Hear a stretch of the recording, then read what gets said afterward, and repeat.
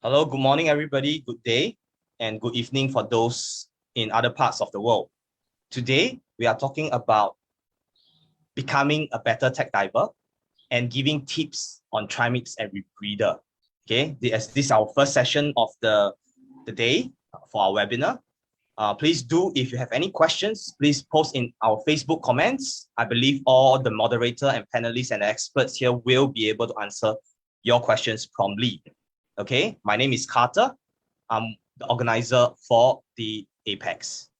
Without further ado, I'd like to introduce our moderator, Jimmy, Choo, and the rest of the panelists. Hi, Jimmy. Good morning to you. Thanks for coming in, and the rest of our panelists, which I'll introduce shortly. So, who is Jimmy? Jimmy is from Singapore. He is also the founder of Red Scuba, a SSI TRX instructor trainer, PSAI instructor trainer, RAID technical instructor trainer, and also Megalodon and Poseidon CCR instructor and GUI instructor. That's a lot of training down there for Jimmy. So Jimmy, for this morning, will be our moderator. And we have also with us the panelists, and they are Marc from UK. He is a SSI XR International Training Director. Hi, Marc. He just waved his hand. TDI Advanced Mixed Gas CCR Instructor Trainer, Revo APD X CCR, KISS Poseidon Instructor, Managing Director of TekDiving Asia and Diving Safety Supervisor of Unseen Expedition Scientific Research Projects. So as you see, they all have years of experience and they are going to share with all the audience about how to become a tech diver, especially on the tips on Trimix and Rebreather. Next up, we have Jeffrey from Australia. He's a Paddy course director. Hi, Jeff. Hi, guys. A TekRec instructor trainer, TDI instructor trainer, RAID in RAID instructor trainer, OC, Open Circuit and CCR, Advanced Trimix IT, Advanced RAG IT, RAID Cave 2, TDI Full Cave instructor, JJ CCR, X CCR, SF2 instructor, GUE, CI, and TI diver. Okay, so that's Jeff from Australia. And our next panelist is Robin from France. Hi, Robin. Thanks for coming in today again. He is also IANTD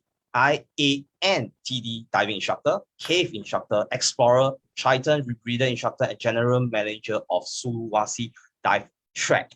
So as I mentioned, they all have years of experience and have been in this realm of technical diving and especially doing Rebreather and Trimix. So without further ado, I would like to pass on the floor to Jimmy, who is our moderator, and all the panelists who will be sharing a lot of insightful experience and tips and info.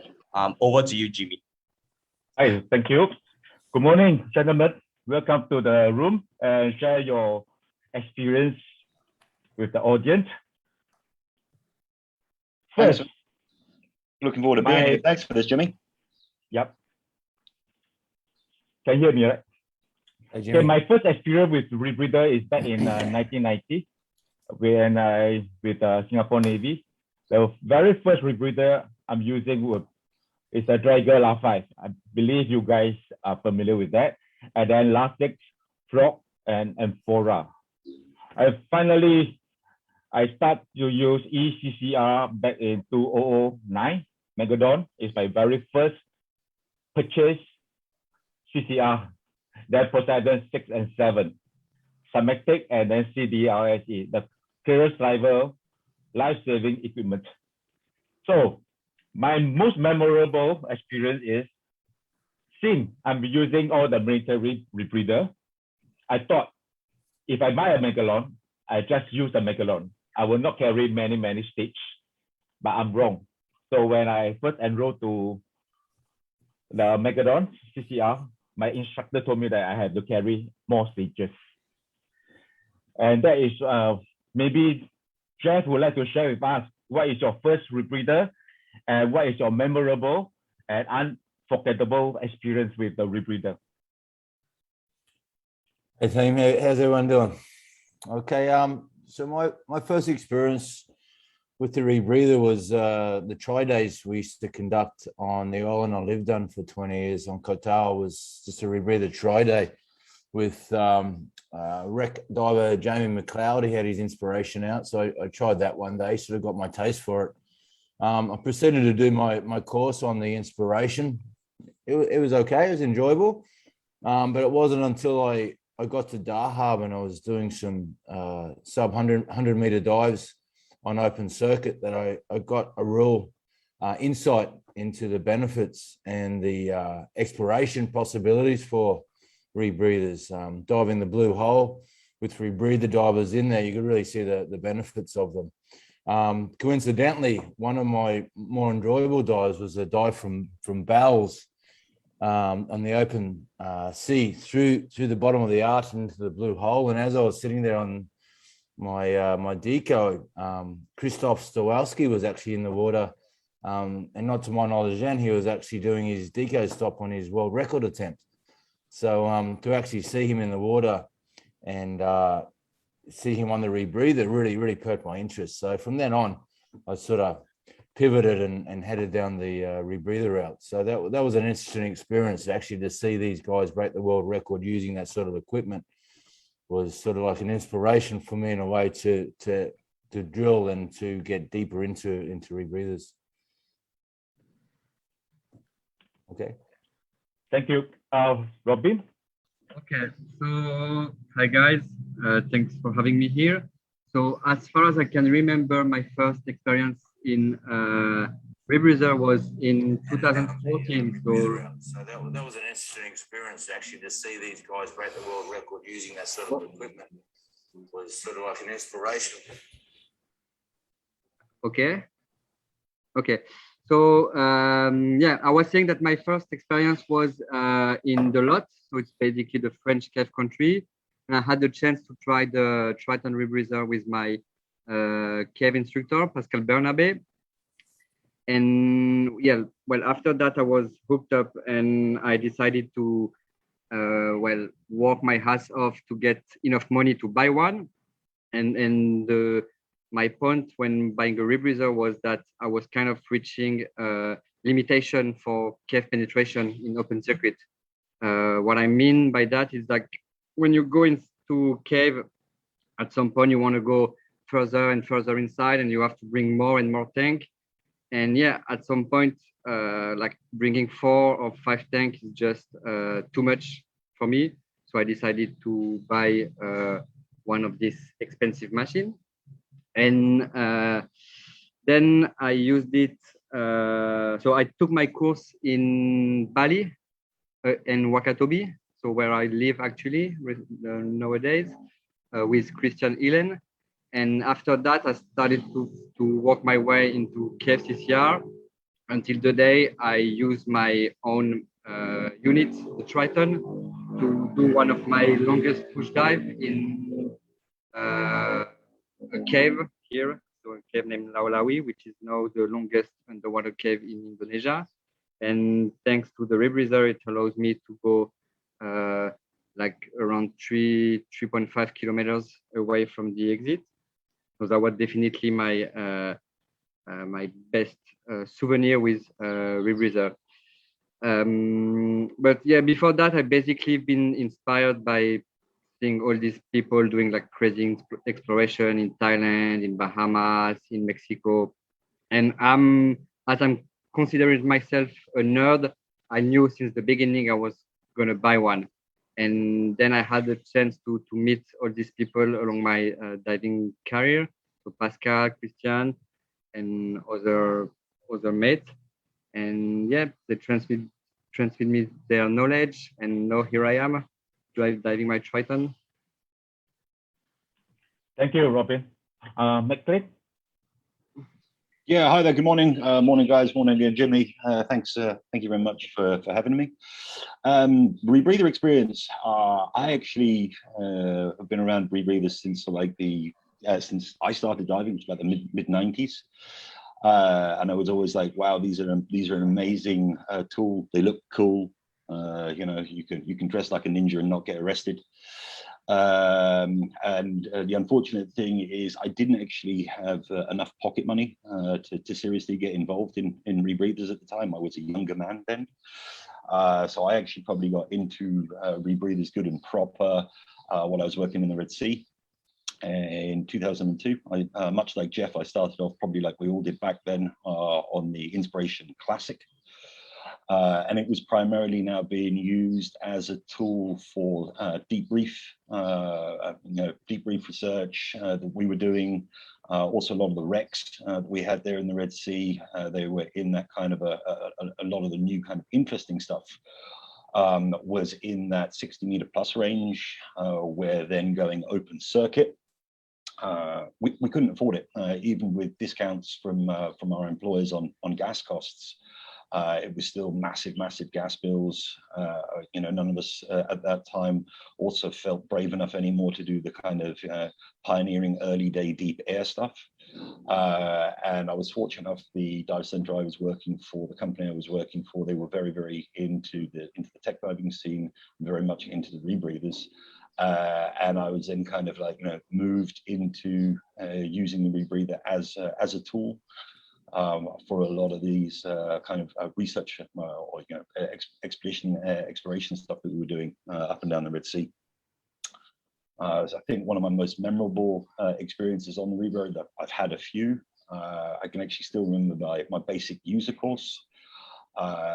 We had a dolphin encounter underwater, which lasted about 15-20 minutes. And to this day, actually, I remember I got out of the water, which I regret. Because I was actually just so upset with my own performance as far as buoyancy and handling of the machine was concerned.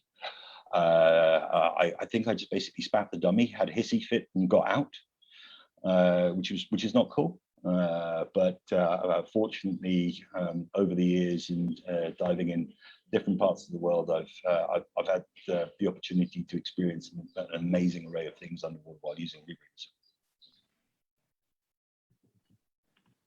Thank you.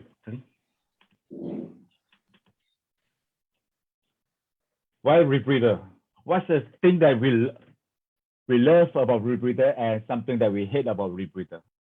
So the thing that I love about rebreather because it extended my range so that I can spend more bottom time with my rebreather, and it's silent. So sometimes I believe the fish don't even know that we are there. So for a photographer, we can get very close to the marine life. And of course, the gas is warm and prevent us to go dehydration, humid. And the key reason for me to go into rebreather is to save cost on helium. However, some of the things that I don't really like about rebreather will be the logistics issues. So I need to check with the dive center that I visit, make sure they have support for my rebreather. Like when I go to Truck Lagoon, I bring along my rebreather because every day we go deep diving and save a lot of cost. The setup, it takes significant time to set up compared to open circuit. And diving rebreather, we hate to change the depth because the buoyancy management is an issue. So we prefer to stay at the same depth all along. So now, I would like to have Marc Crane to share with us what is your like and don't like about rebreather. My likes and don't like about rebreathers. I obviously like them. I've got a few. I primarily use the rebreather for most of my diving now. I do also see it as a tool. The tool which allows me a lot of the things you already just mentioned, Jimmy. Obviously, from a diving perspective, we've got a lot of the advantages to reduction in dehydration, reduction in heat loss, much more efficiency on gas, therefore gas cost savings. The interaction capability that we have with marine life, especially megafauna. We're using rebreathers here around Bali for research work on the mola mola. We've had also some amazing experiences with various types of sharks and even smaller stuff, new species, which is another reason for the use of the tool, because it really affords us the time underwater, time on the dive site. The problem we have if you're now doing these kind of deeper dives on open circuit, you've always got that time pressure in the back of your mind, or actually not in the back of your mind, the forefront of your mind. It's always a case of, have I got enough gas? Have I got enough gas? Checking the SPG. Okay, we've got to go, we've got to go, we've got to go. You still actually have to be disciplined. You still actually have to be aware and monitor things. In some situations, actually probably a little bit more with a rebreather. But what you've definitely got here is time. You've got a lot more time available to you on the actual dive itself. The disadvantages, I don't actually see so many disadvantages with the rebreather. Yes, you do need to be a more disciplined diver. If you are the kind of person that just sort of like, throws their equipment together, jumps into the water, after a dive, throws it back into the bag or the tub and leaves it until the next weekend, rebreathers aren't for you. You do need to be a little bit more disciplined. You do need to actually take things a little bit slower. But again, here as a tool, the advantages the rebreather affords and the disciplines you're putting in for things like unit setup, unit checking is something you do once a day. I mean, we'll go out, and I'm sure I can speak for the rest of the guys here on the panel. We'll set up our rebreather the evening before a day of diving or in the morning, and then we'll go out and we'll crack out 4 hours of diving, 5 hours of diving without actually touching it. And at the end of the day, you'll then take it apart, wash it, have a beer maybe, and think about what actually happened during the day. So there is that. I think also the use of checklists is imperative, and team approaches. So not really any kind of disadvantages that I see there. They are a tool. You need to actually think about the diving you're doing. But for a lot of the stuff, rebreathers are definitely the way forward. They afford a whole host of benefits for photography, for research, for data collection, for marine life interaction, for exploration, pushing cave boundaries, all that kind of stuff. Okay. Thank you. Jeff? You need to on your mic. Am I good? Okay, likes of the rebreather. I think Mark alluded to a lot of my personal likes as well there. The biggest thing for me that I enjoy about the rebreather is the time that it gives me if there's a moment underwater where an incident has occurred. I have the time to check the PO2 of my loop, okay, and make sure it's a safe gas. And then I have time to work through the solution to any problem that may encounter. Okay, that's the biggest joy that I have with the rebreather is the fact that it's a lot more relaxed. Being proactive on the rebreather, showing the focus and discipline to be proactive on the rebreather, monitoring your handsets. It gives you a clearer picture of where you are on the dive and allows you to formulate your next step on the dive. So I really enjoy the time that rebreathers give you. I enjoy the challenge of being disciplined and having to focus a lot more on the rebreather. It makes you more in tune with the actual moment. Another like is the advantages that it gives you on scientific projects, on research projects, on exploration projects. You'll notice that any of the major projects that are conducted around the world, their tool of choice is the rebreather for obvious reasons, of being the time that it allows and basically the duration that it allows you on these given projects at depth, not only in the shallow cave penetrations that Robins do, but also in the deeper reef projects like Mark and other colleagues of ours do. I know the projects that I'm involved with, major projects, foundations, and bottom line projects with Mikko in Finland, they're tool of choice for any of the research projects they're doing on the Baltic wrecks or in the mines of Finland or are rebreathers, just because it allows more scope, allows a longer duration underwater. You tend to be diving with a higher skilled diver who has the discipline and the commitment to be a safer diver and be a better diver, because they've committed the time to the training required to safely execute those types of dives. Some of the dislikes of the rebreather, probably the additional costs involved in having all the accessories necessary, the extra cells, the extra this, the extra that, making sure everything is up to date and up to speed so that you can commit to these projects. And one of the other dislikes I have with the rebreathers is having to lie to my wife and tell her the rebreathers don't cost as much as they actually do. That's always a cheeky one I try and get away with. But overall, for me, the switch from open circuit onto rebreathers has been a real paradigm and life-changing switch to my love of technical diving.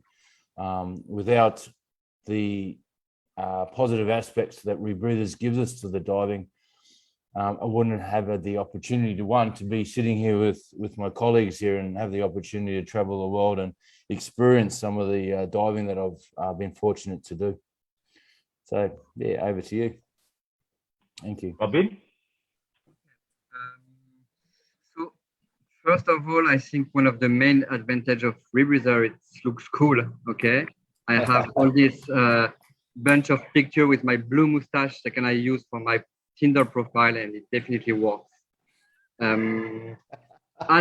As for interaction with marine life, it's also not really an issue for me in cave, as I'm mostly interacting with blind shrimp and isopods and colonies of bacteria.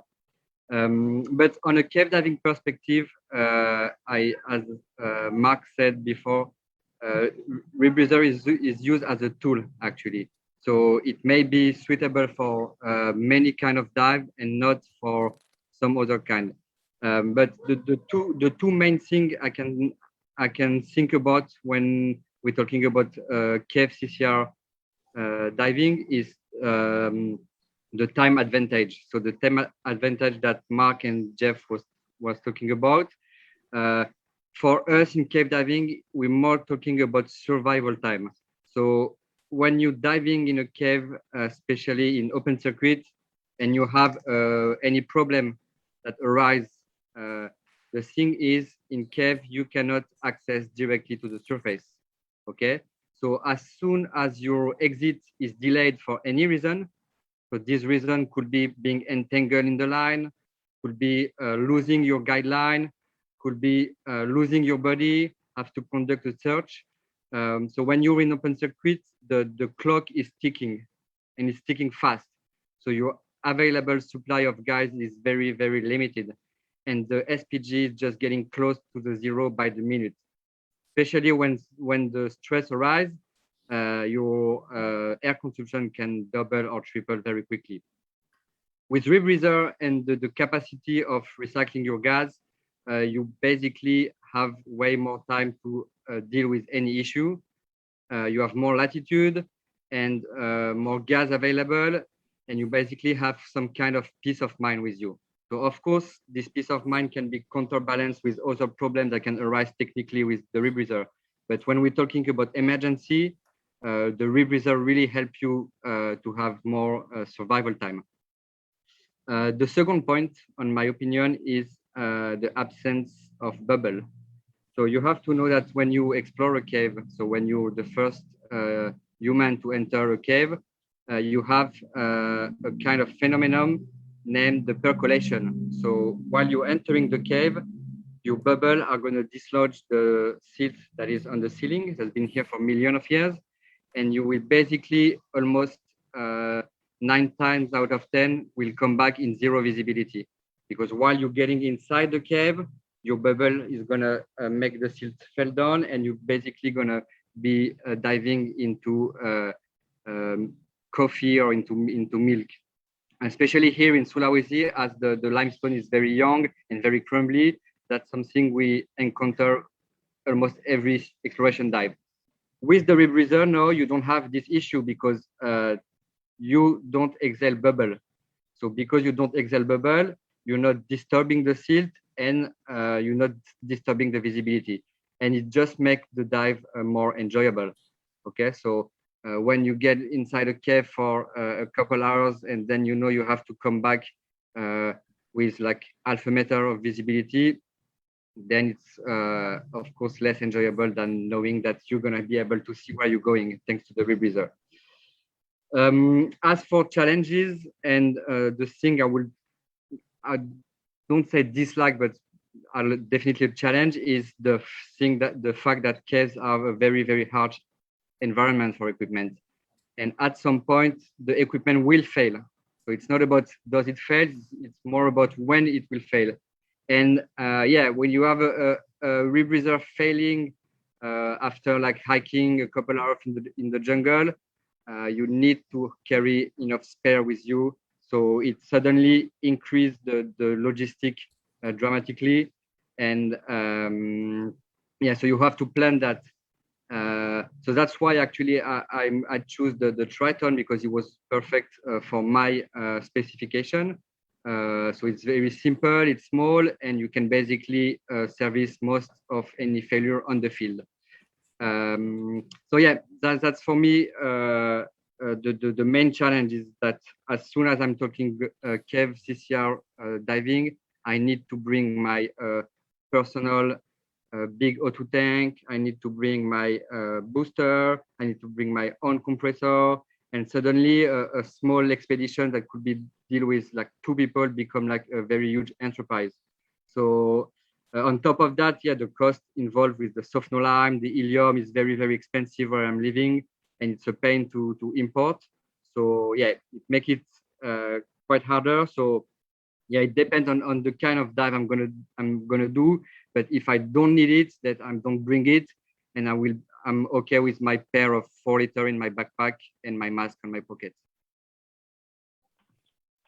Thank you, guys. I heard a lot of the benefit of rebreather, like cool, give you long duration, all this kind of stuff. But for my personal experience is, the rebreather have no brain, so we have to use the diver's brain. And if you give a rebreather a chance, the rebreather will kill you. So the next topic we're going to talk about it is, am I ready to dive with rebreather? I believe many divers, before they embark to rebreather, this is the key question they're going to ask. Am I ready for rebreather? To me, I feel that you need to have certain level of competency in order before you embark to rebreather trainings. I'm very sure in the house, there's so many trainers down here, you can share your thoughts on when, give the advice to the diver, when they should sign up for the diving classes with the rebreather. And the educational system in various agencies, like for me, I think that before, the diver should have a technical open circuit background before they embark to rebreather. So without further ado, Robbie, maybe you can share with us your opinion about rebreather education.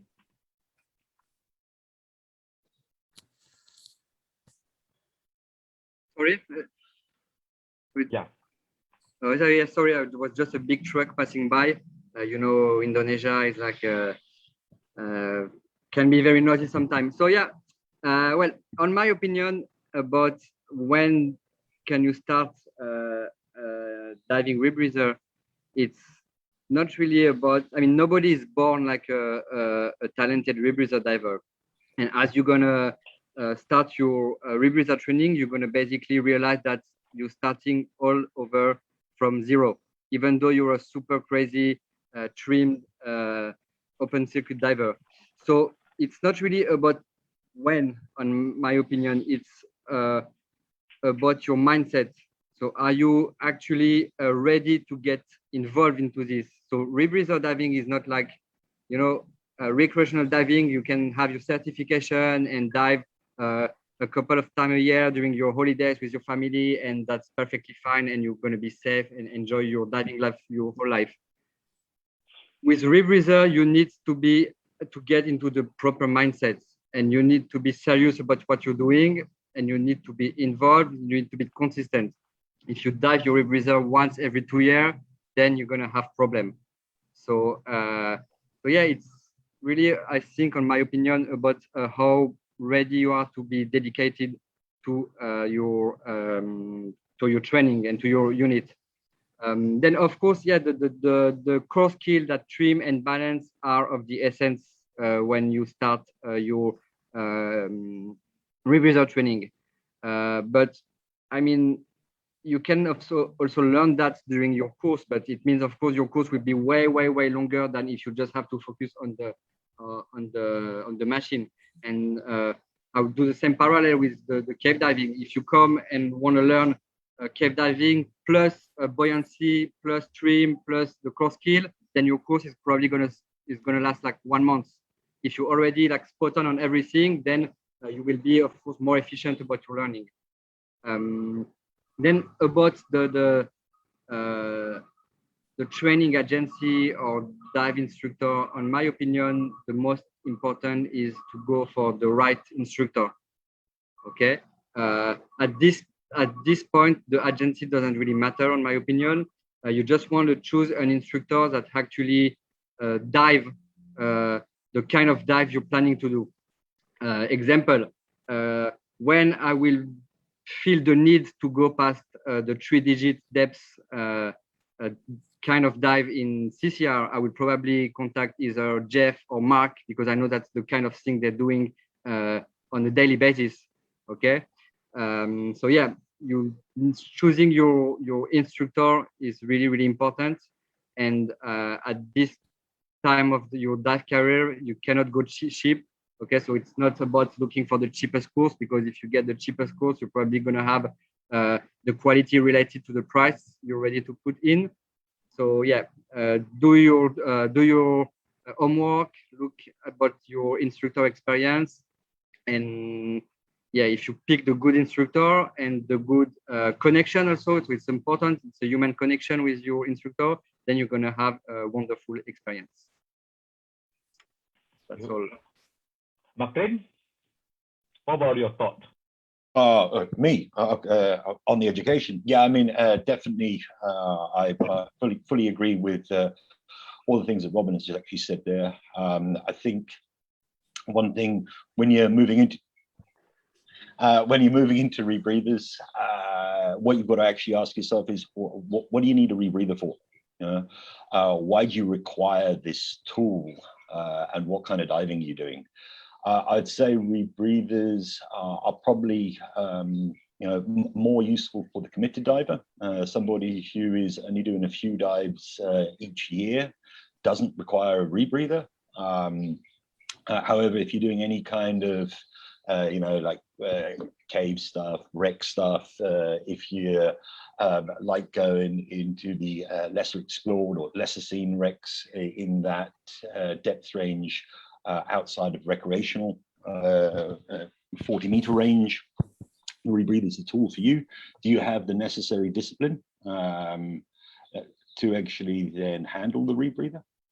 I think when you come onto your original rebreather training course, your foundation course, your basic entry-level course, the way that's actually currently split up is it's done as a no deco program to 30 meters, where you then learn how to use the rebreather, or you can go down into that kind of 40-45 meter range, depending on what your instructor, what training agency you're going via, which is then showing you how to actually use the rebreather in conducting decompression dives.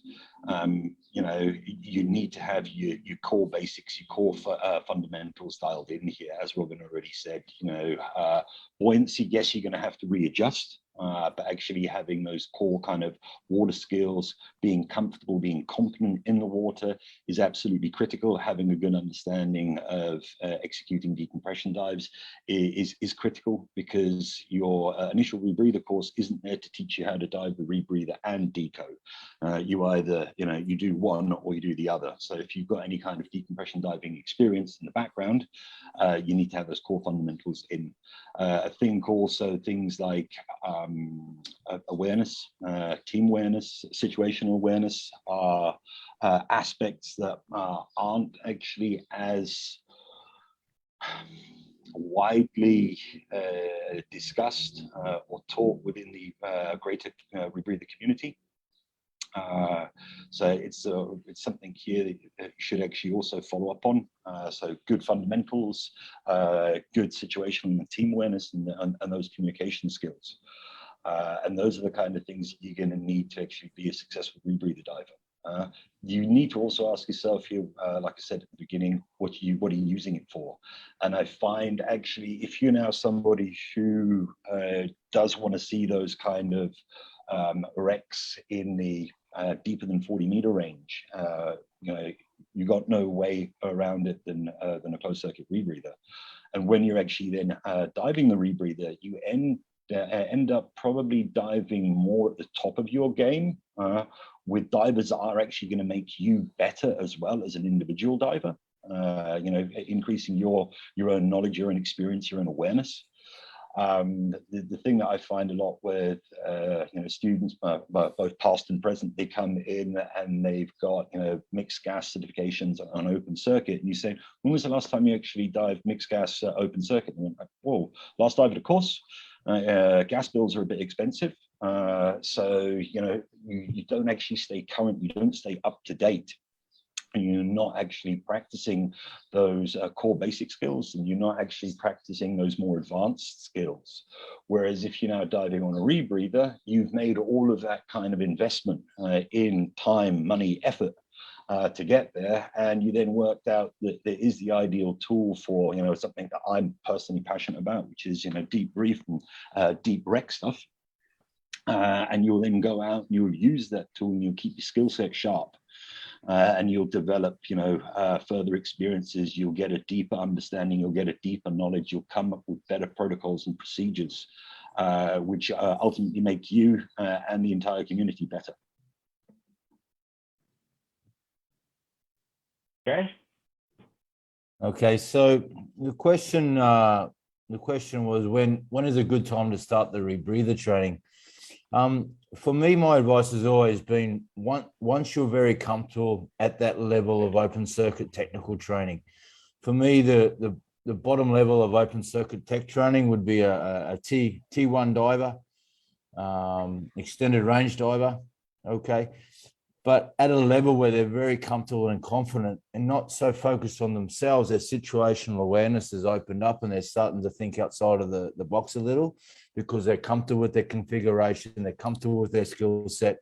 So they start thinking more so about their surroundings, the situational awareness that you need in place to be an effective and successful rebreather diver.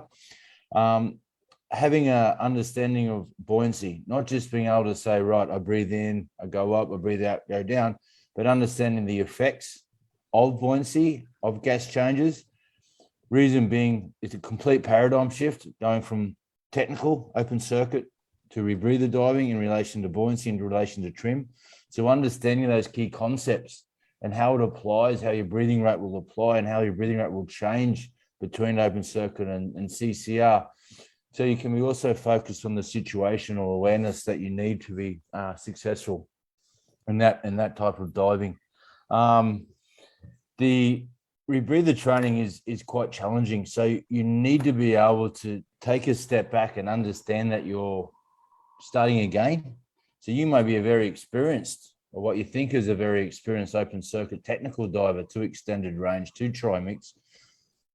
But starting again on a rebreather is a totally different ball game. So you need to be able to regress it a little bit and realize that your training is starting again because of the buoyancy, because of the added complexities of the rebreather, and because you need to be a lot more focused and disciplined to remain safe within the rebreather. Know what you're looking for. Okay, on the rebreather, know what your rebreather is telling you from the handset, from the heads-up display. So being able to step back and apply a new level of training to your rebreather is probably what I would say would be the time for you to move over to rebreathers. So get the skills necessary, bottle rotations, understanding the concepts of technical diving, ascent rates, descent rates, awareness, team diving. Okay, and when you feel that you're ready and that you're comfortable at that level of open circuit technical, maybe then it's time to move over into rebreathers. Thank you, Jeff. So we heard so much about education. Huh? So the next bigger question the potential CCR diver have is, which rebreather is suitable for me? I'm very sure in this house, we tried many different kind of rebreather, and you get this kind of question all the time. And is BOV a lifesaver equipment? Is it a must to have with a rebreather? Or what is your view about the latest trends about CCR as a build-out? And ECCR or MCCR? So let Josh share about these pointers. Jeff? Oh, me? Okay. Bailout valve. Okay, interesting. Listen, I have two of the best rebreathers on the market, in my opinion. The JJ CCR, okay, which uses a dive surface valve if you're taking it straight out of the box. And I've also got the brilliant XCCR from IQ Sub. Mark knows all about that, baby. I'm also dive the SF2, which also has a DSV. Listen, it depends on your training. The thing is, like a BOV, a DSV, if you're well drilled in how it works, I think that you can get away with diving both. Okay. A lot of the benefits of a bailout valve, you switch it over, you got a couple of sanity breaths, as they say. But also, if you're well drilled and have the muscle memory to switch straight onto that neck glass on the open circuit, then a DSV will suit you as well. So I guess that's up to the dive, up to the rebreather of choice in that regards. There's many different rebreathers out there using BOVs, many different breathers using DSVs. I guess it's just down to the individual, to the instructor. Do your research, choose one that you're comfortable on, that you feel more confident on. From personal experience, I feel as safe using a DSV as I do on a bailout valve. Okay, I've done 100-meter dives on my JJ with the DSV, felt completely safe. Done 100-meter plus dives on my XCCR using a bailout valve, felt completely safe. So it's just about more so getting the muscle memory down. So if something goes wrong and you have to go off the loop, go into open circuit, then you have the drills and the habits and the muscle memory in place to safely execute a safe bailout. Okay, so that's my thoughts on the bailout valve. All right. Robbie, you? Okay, so I will speak more generally about the question like how to choose your rebreather. When you start to get interested about rebreather, you're gonna of course be like everybody and look on internet and see cool picture, and then you're gonna start to ask people what rebreather should I dive, and of course everybody is gonna tell you choose my units because my unit is the best. That's kind of a bias, you know, we spend that much money for a unit, so we want to convince ourselves that we made the good choice. Actually, I think that when you're in the process of choosing a rebreather, you first have to write down what are you looking for, what are your specifications, where are you going to dive, okay, what kind of diving are you going to do with your rebreather? Is there any other diver around that get the same unit? Is it suitable for the country and the kind of diving you do? And then I would say that you need to try them, of course. Try the rebreather. It's a very expensive toy. So you want to take, it took me like basically 2 years before actually buying one. So I had to try, I had to talk with people. And then, you know, sometimes you talk with people and they're just trying to sell you their unit. So yeah, it's a very long and complicated process, and you don't have to rush into it. But yeah, then you have to make choice. Of course, you cannot have the perfect rebreather. The perfect rebreather doesn't exist. Okay, so you find the one that is actually suitable for what you're looking for. For example, in my very simple MCCR, I have very few, and not that much like option that you can see in the more advanced one, like the XTCR or the Revo. And that's things I would love to have, but it just cannot happen. So I had to make a choice between this, and just pick what suits you. And very important also is choose a rebreather that people dive around you. If you're the only one in your country to dive a certain kind of rebreather, then the day you will need some spare, or the day you will need some advice, then you will be on your own, and that's going to be a real pain for you. But Triton is super good also. Marc Crane, what about your thoughts? Yeah, okay. So I'll pick up on that one here. I think if you show me the perfect rebreather, I'll show you Moses in a burning bush. You know, again, I'm being a religious man. And the thing here as well is you can go and ask 10 rebreather divers their opinion on the best rebreather on the market, and you'll get 15 different opinions. So yeah, you do need to be a little bit aware there. You know, as Robin said, and I'll reiterate that. First of all, ask yourself, what are you actually going to need the rebreather to do? What are you actually using it for? What tool is it? And on that list of things that you're selecting the rebreathers that you need as a tool, looking cool is not the primary one. However, it is important. So yeah, you need to think about what you're doing. Also, the availability of spare parts in the region you're diving. You know, you usually see everywhere within the community, you have like little hubs of similar units, because it's a lot easier then for multiple divers to pool spares and advice, and also mentor each other, share experiences, which is really quite important. You know, so we've touched on selecting the rebreathers. We've touched on the BOV, which was very eloquently put by Jeff. The other choice here then is with regard to you dive MCCR or ECCR. You know, this is a little bit like a Game of Thrones clan war. And again, here it really does depend, and I think you actually need to go deeper into it and understand the dynamics of what that actually means. I dive both. You know, I started off with rebreathers back then, like we all did, with a very traditional, classical, electronic closed circuit rebreather education. I moved over on into the MCCR world with the Revo rebreather, which really actually got my attention. And also actually made me a better rebreather diver. And since then, I've kind of come full circle. I've gone back into ECCR with things like the XCCR, as well as the new rebreather I'm now trialing. And it's just really understanding the advantages and the disadvantages, but maintaining your own awareness. So again, here, what do you require the rebreather to do, and where are you diving, and what kind of diving you're doing? If you're doing a lot of traveling, you can need something smaller, lightweight, where also, you know, field serviceability, field fixing is concerned. How comfortable are you with a soldering iron?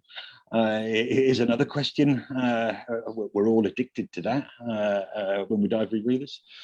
So yeah, go out, do your research, you know, make that list for yourself. What do you actually want it to do? And whenever possible, go and try as many rebreathers as possible before you go out and pull the trigger and actually buy one. So one of the unfair phenomenons, you know, when rebreather education was starting to go a little bit more mainstream, divers getting into rebreathers, they were kind of forced into the position of buying the unit to go and do their course on, because of course instructors and dive centers weren't able to have, you know, multiples of these expensive machines sitting around. That's changed a little bit now. However, back in the early days, it was like, okay, you turn up at your course, and you pick up your brand new unit. And that's a little bit late then to go like, actually, I'm not too sure about this and don't really like it. And that's, that's what happened at the beginning. People would go out and do their initial training. They'd come out after 6, 8 dives and go like, actually, this thing isn't for me. And you'd be wasting, a huge amount of money by buying the wrong machine. So going out, speaking with instructors in your region, testing different machines, looking at the pros and cons is it's a massive benefit. It might take a little bit longer, might cost a little bit more, but those savings, you'll get those benefits back later. Thank you, Marc Crane. I think the next topic we're going to talk about it will be, what is the future? What is your dream CCR in the near future? For me, I prefer like a metal gear solid, just put in a mouth, small, compact, and the best thing, maybe should have a CO2 sensor, because most of the diving accident is deal with is because of hypothermia. So let's have Marc Crane to share.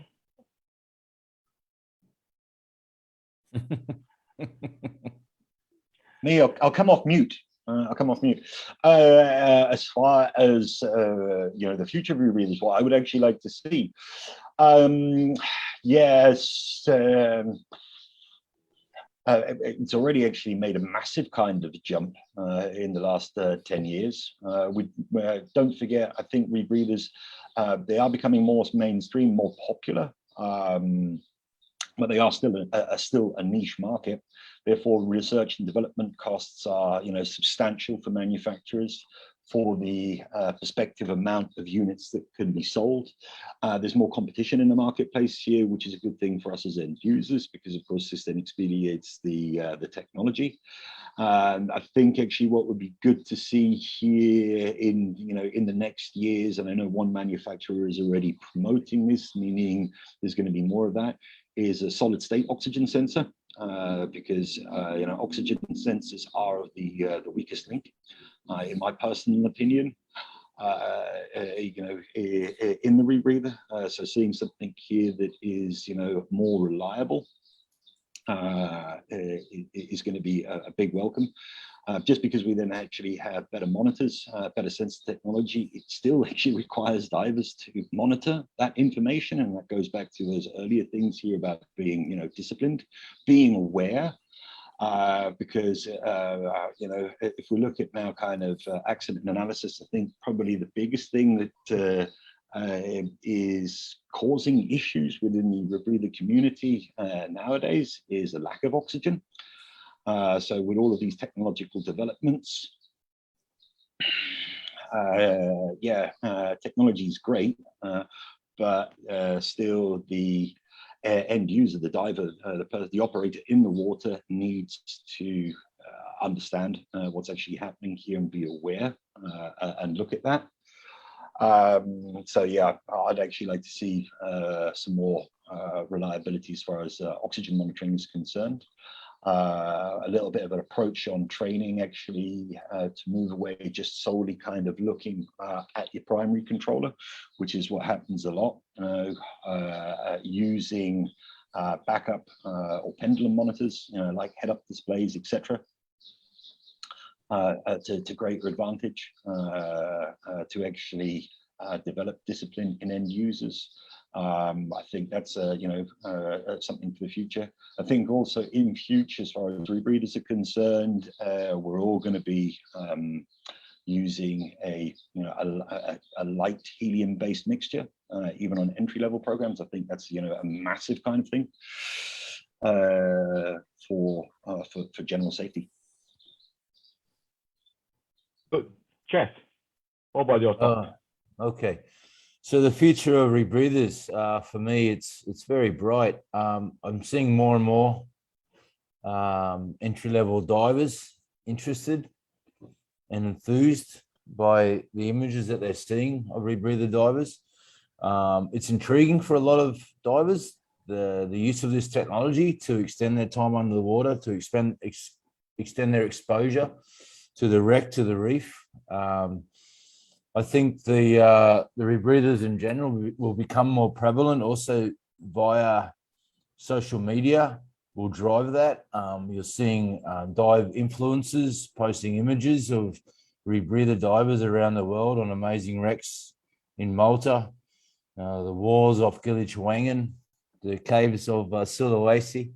Okay, the likes of Pete Mesley and his photos of Truck Lagoon. Over the bow guns of some of the wrecks there with amazing imagery. I think that will inspire more people to get into rebreathers. So the future of rebreather diving is looking promising.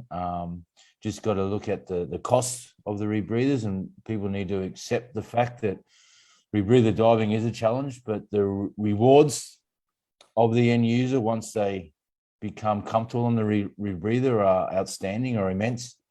Okay, I think we need to look at the training aspects of rebreather diving, bring it back down to its simplest form, and put more time on the entry-level diver. I do fear that the standards of rebreather diving aren't where they need to be, where they should be. It's more like a copy and paste from the open circuit technical straight into rebreather and say, right, that should do because it works for open circuit, should work for CCR. So I would like to see a little bit more focus on the entry level programs, so the diver becomes more comfortable on the unit, the entry level unit, the safety aspects of the unit, more training dives in a controlled environment before you sign them off and let them free to explore on that unit.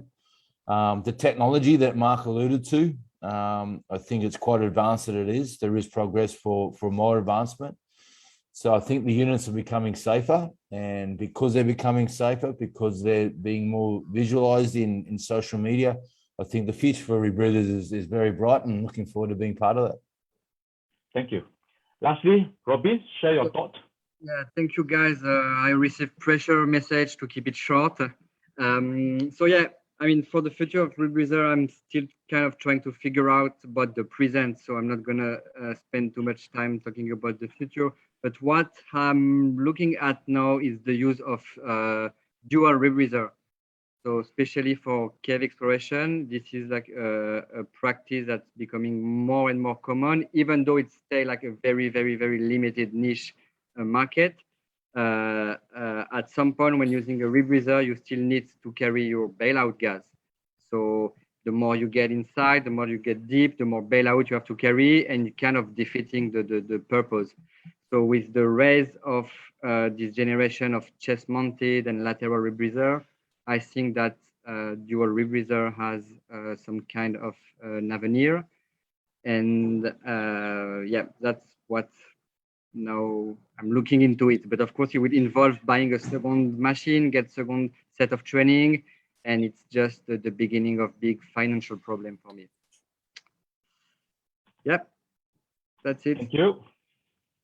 All right, finally, we have come to almost the end. And the 5 key takeaway from today's presentation will be the equipment. The choice of equipment. So it's based on all the speakers. You need to try as many as rebreather before you commit, because it's costly. As for educational, I'm very sure you need to polish up all your fundamental skills.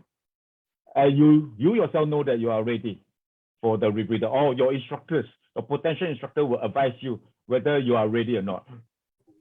And you need to keep diving with your rebreather, not once a year kind of things. And the mindset, you cannot like in a hurry. You need more time to prepare your set. You need to treat the set with respect. And last but not least, you need to have a good situational awareness about your environment, equipment, and also your team. For that, I thank all the speakers for your precious time this morning. And last but not least, I will pass it back to Curtis. Hi, thanks for all the wonderful sharing and all the tips and tricks for anyone who are thinking and planning to embark into the rebreather realm.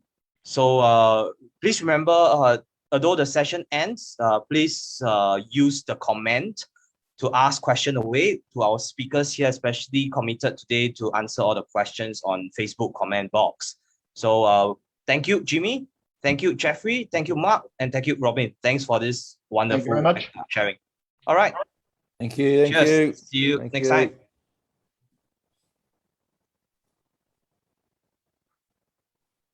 Yeah.